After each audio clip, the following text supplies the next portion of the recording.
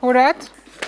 Yes, we have to get out of here. Okay. Because I see Spencer Darlington, I see Andrew Price. Andrew's here as well. Football. They're getting ready for Russia. Okay. 2018, but we couldn't leave you hanging. It's Tuesday, come on.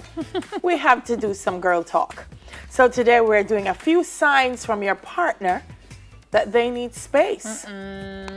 Whether they ask for it or not, because men are really good for asking for space. You believe in this space thing, miss? You believe in it? In space? Yes, let's give each other some space. Let's take a break. Or that usually means it broke down. Yeah. I need some space, really mean. I want to say goodbye. Yeah. But I don't know how to tell you because I still want us to be friends and I still respect you and I love you. But let's see how we can do this amicably. Come on. First one, they say you sense your partner getting cranky. I don't know about that. That means the arrow wife for a long time. The arrow cranky from day one. First sign that someone needs something. I don't know what this means. Me neither. Anyway, in a relationship, the crankiness could be a result of needing something a bit more than a nap and a snack. So when your partner is cranky, cranky meaning everything annoys them. Yes, all the time. All the time. Every time you're around them get cranky. All the time. Yeah, but if every time you're around someone, they get cranky, why would you want to be around This is correct. cranky all the time anyway? This is correct. Yeah. Your partner starts arguments for no reason. You say hello. What you tell me hello for? Yeah. Because I just came inside the house. Yeah. Problem. Are you coming home early? Every time you ask me, I come over. Yeah. Okay.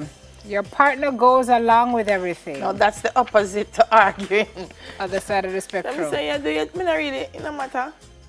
Say anything you do. You want to so and so? Yeah, anything. Me gonna go out, leave you. Yeah, man, enjoy yourself. Yeah. Okay. Indifference is worse than actually feeling, passionate about something. Ambivalence. Your partner is stressed more than usual. Then why I'm stressed?